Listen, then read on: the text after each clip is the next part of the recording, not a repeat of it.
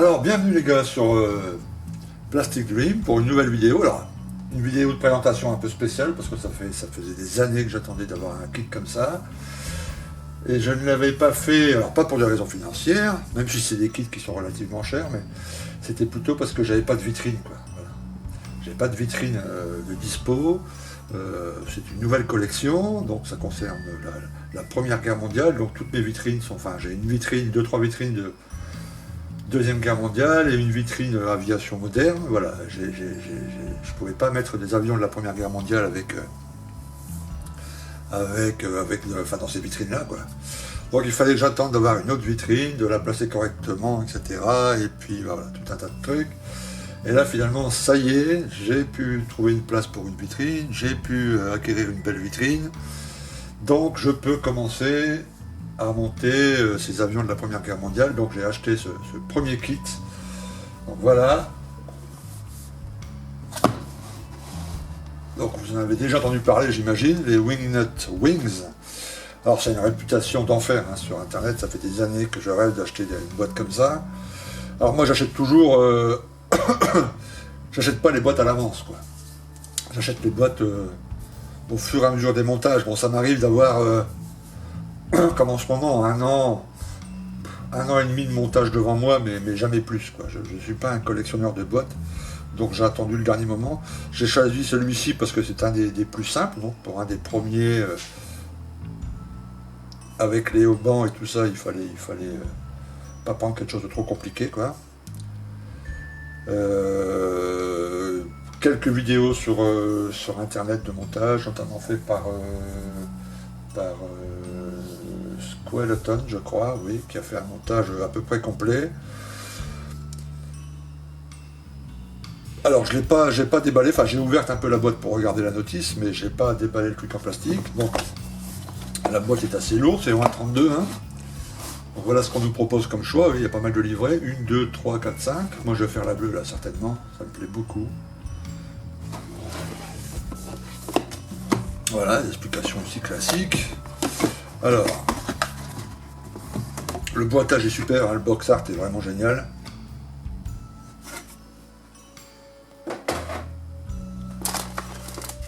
Alors la notice, les notices Wingnut Wings sont assez connues parce qu'elles sont top, quoi. Voilà. Si tout le monde pouvait faire des notices comme ça, alors moi j'en avais jamais vu une en vrai, j'en ai vu plein en PDF, mais jamais en vrai.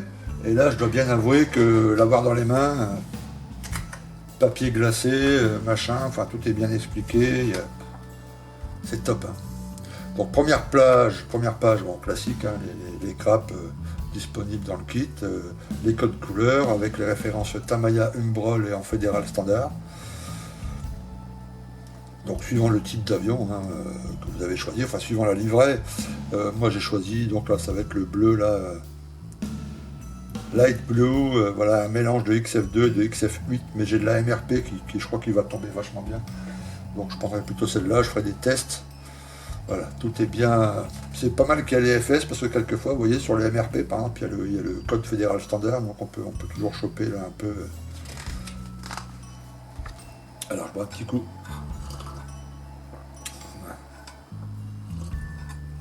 Une petite tisane. Ok. Alors voilà. Alors, vous voyez comment la notice est faite, c'est vraiment super, quoi. La pièce bleue représente toujours la pièce d'avant que vous venez de monter. Où est assemblé, il y a évidemment les codes couleurs comme sur toutes les notices, mais c'est vraiment très bien fait, quoi.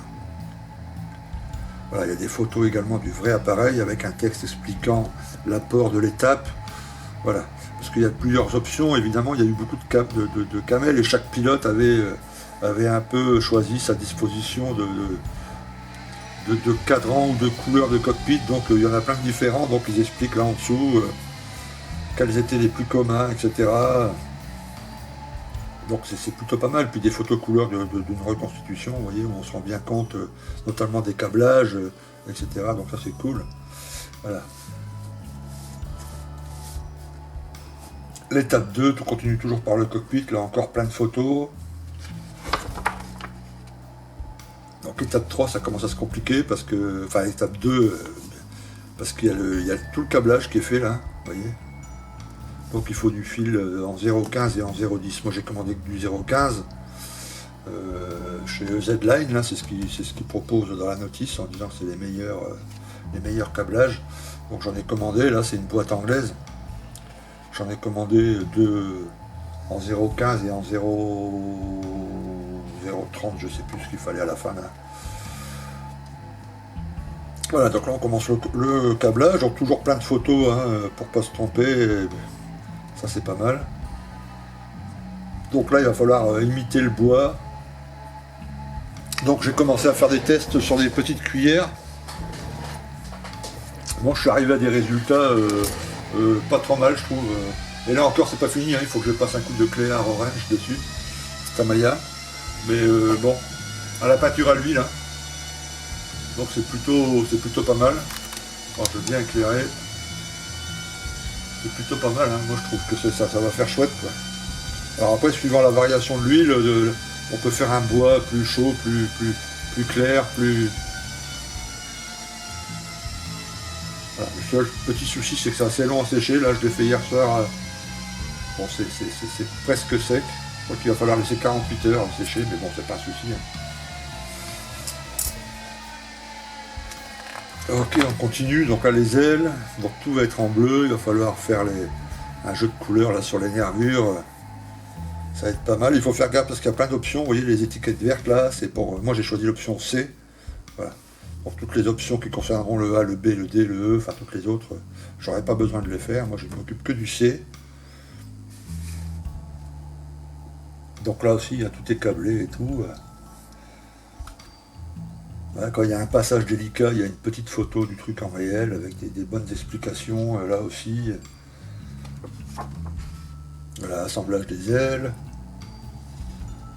le train principal.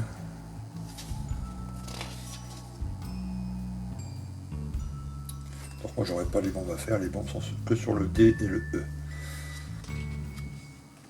Par contre le train de roue du C est un peu spécial, donc il faudra que je fasse attention ici. Le moteur qui est extrêmement bien détaillé paraît-il. J'en ai vu des photos de celui-ci terminé. Il rend vraiment bien. Et là encore, des photos, des explications. L'hélice pareil, même chose. Et après on attaque le câblage, quoi, le winging. Donc là, il va falloir faire attention, créer les petits... Alors vous voyez, ils proposent voilà, ils disent que le mieux c'est d'utiliser la gamme EZ-Line et qu'il ne faut pas essayer de reproduire les petits turnbuckle, comme on pourrait traduire ça en français, les petites attaches, les petites boucles d'attache. Voilà. Et que de toute façon sur le. Voilà. Which are not applicable on the surface camel anyway, ça veut dire que sur le véritable appareil, il n'y avait pas les petits buckles en métal là, les petites attaches, les petits ronds en métal, donc c'est pas la peine de les faire, qu'il faut faire simplement un trou, vous voyez, en 0,5 mm, à peu près d'1 mm de profondeur, et d'y coller directement le fil, et puis de l'attacher à l'autre partie quoi, et de ne pas faire bon. Donc je verrai, je regarderai encore sur internet, il y a d'autres montages, voir comment ont fait les collègues et s'ils ont fait comme dit la notice ou s'ils ont quand même fait les petites attaches. Alors les petites attaches, j'ai vu une technique intéressante faite par Tom Griga, vous savez le fameux gars là qui fait que des avions de la Première Guerre mondiale et qui présente ses montages en stop motion. Là. Il a un petit tuto sur comment faire ces petites attaches. Donc si jamais il faut les faire, ça devrait trouver le moyen de le faire. Donc voilà les livrets disponibles. Donc là la livrée A.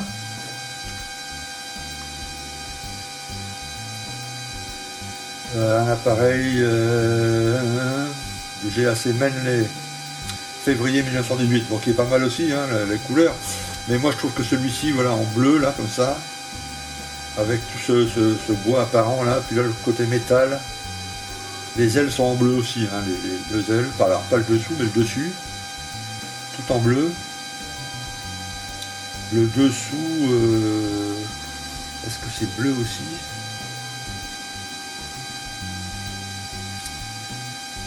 Alors encore, hein, il y a un grand texte sur l'avion, les couleurs, les deux pilotes, là, une brève histoire de leur carrière.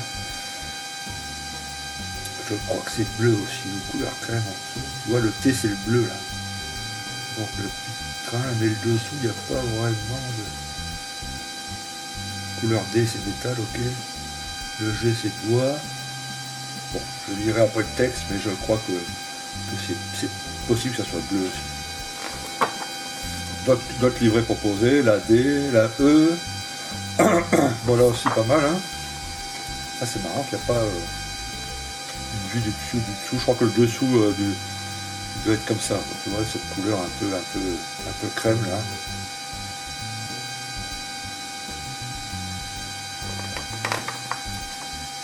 Et après, il y a une brève histoire du software en général, les erreurs à ne pas commettre, quelques petites exceptions, qu'on peut faire telle ou telle pièce de telle couleur, parce que sur tel camel, il était comme ça, etc.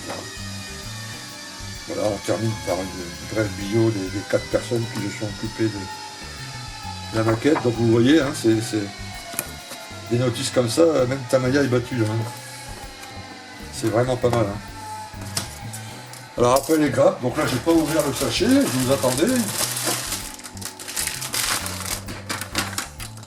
Bon, je sais que là il n'y a pas de surprise. Hein.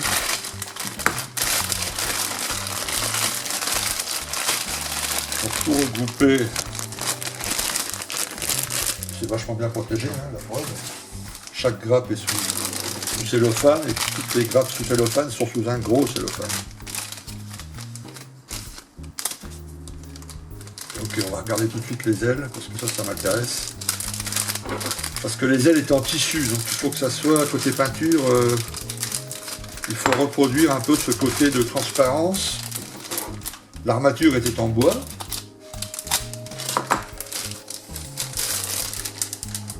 Donc là, pas mal, la grappe est un peu tordue parce que il fallait, voilà, l'aile est légèrement tordue, enfin légèrement arrondie. Oula. Aucune pastille d'éjection. Comment ils ont éjecté? C'est même pas sur les grappes. Ah ici, ouais, il y a la tac, tac, tac. Ouais, ils ont les éjections sont sur les petits picots d'attache, quoi. C'est super fin, hein. J'essaie de vous montrer ça au plus proche, en faisant un jeu de lumière pour que vous voyez un peu. C'est même le dessus là.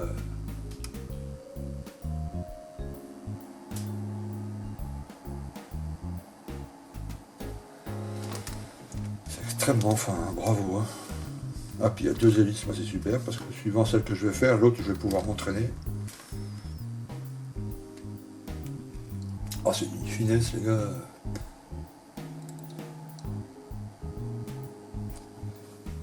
C'est assez impressionnant. Alors ce genre de kit à peu près chez Wing & Bliss, peu importe où vous le commandez, hein, chez Oops Model ou chez Domino, c'est à peu près 80 € ce genre de petit kit. Pour ce petit biplan. Après il y a des appareils un peu plus gros, là ça monte à 130. Et il y a des appareils encore plus gros, comme je sais plus comment il s'appelle, la Felix Stone, là, c'est une espèce d'avion qui va sur l'eau, là, un truc assez imposant, et là il a 260 des brouettes. Mais ils ont toute une série de biplans comme celui-ci, qui est oui, aux alentours de 80 balles. Quoi. Donc là aussi, hein, sur les ailes, même punition, hein, c'est parfait. Hein, pour le lot.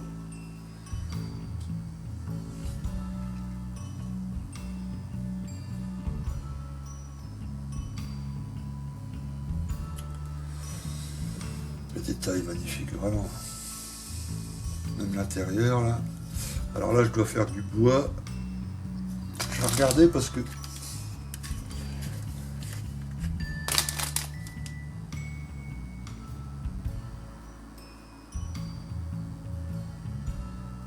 Ouais, ouais, c'est parfait. C'est parfait, il n'y a pas un poil qui dépasse, mais alors c'est vraiment nickel. Hein.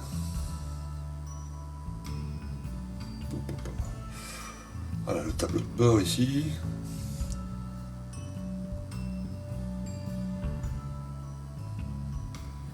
Ok.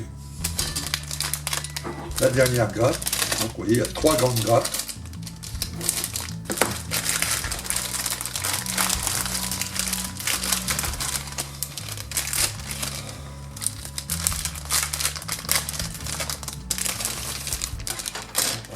Gaffe en les lavant.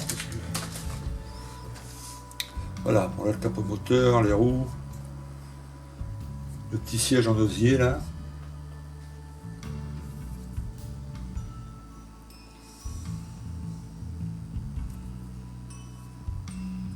Donc j'ai vu qu'il y en a un là qui il a réussi à. Il a réussi, vous voyez le petit siège en osier là? Il a réussi à percer. Parce que sur le vrai, tu vois, tu verras, il y a une photo sur la notice. Sur le vrai, la partie qui est au milieu, là, j'espère qu'on va bien voir. Là, eh ben, c'est de l'osier tressé, il y a des trous, quoi. Tu vois? Bon, trop fin pour être reproduit sur la pièce. Il y en a qui ont réussi à le faire. Alors, je sais pas comment ils ont fait, parce que même avec une aiguille super fine, là, bon, c'est vrai que c'est très fin, hein. La sculpture, elle est pouf. Et moi, je crois que couleur osier, un peu verni, et puis après un dry brush, enfin un dry brush, non, mais un jus foncé, ça va le faire, hein, parce que ouais, le dossier, on le voit pratiquement que de ce côté-là, on voit pas le dos, quoi, ou le haut un peu, mais donc ça va le faire. Ok, là aussi quelques pièces du moteur, ici par exemple. L'armement ici.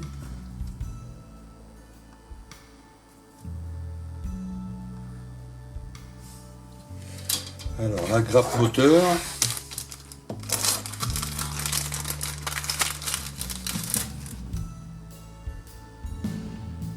Oh là là là là.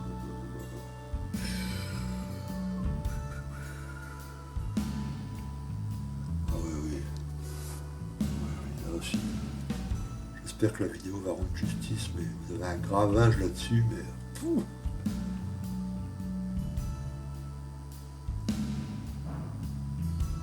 Ah ouais, top. Au niveau là, je sais pas si on peut aller plus loin dans la qualité.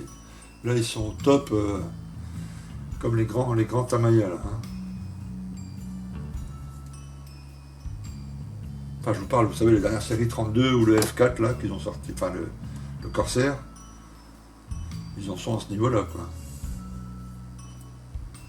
Ah oui, c'est parfait. Donc là, le moteur, ça va être. Et puis, bon, ça, je ne vais pas le déballer, c'est la partie vitrée. Enfin, remarque, c'est ouvrable, donc c'est fait exprès. Je vais pouvoir le sortir puis le remettre dedans après.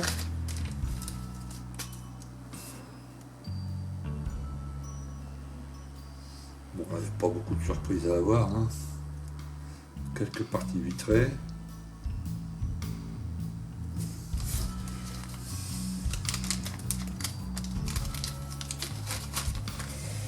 Et la planche de décale. Alors là aussi, je vais la garder bien protégée. Il y a aussi une petite planche de photo-découpe.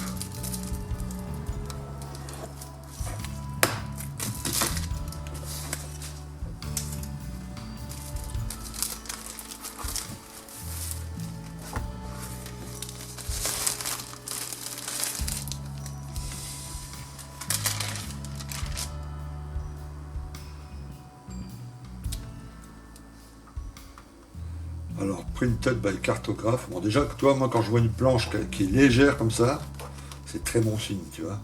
Que ça veut dire que tous les décals sont vraiment fins, quoi.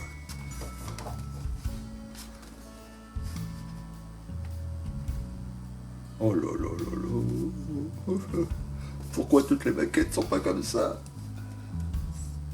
Oh, putain, top, top, top, top. Pratiquement pas de film. Tout est calculé au millimètre sur les rondelles, là, il n'y a pas.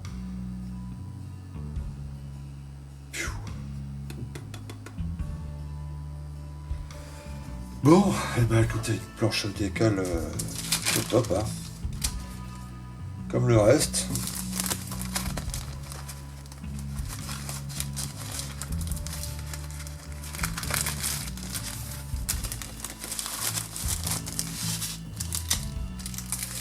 Alors, la petite photo des coupes qui doit être dans la même veine, j'imagine bien.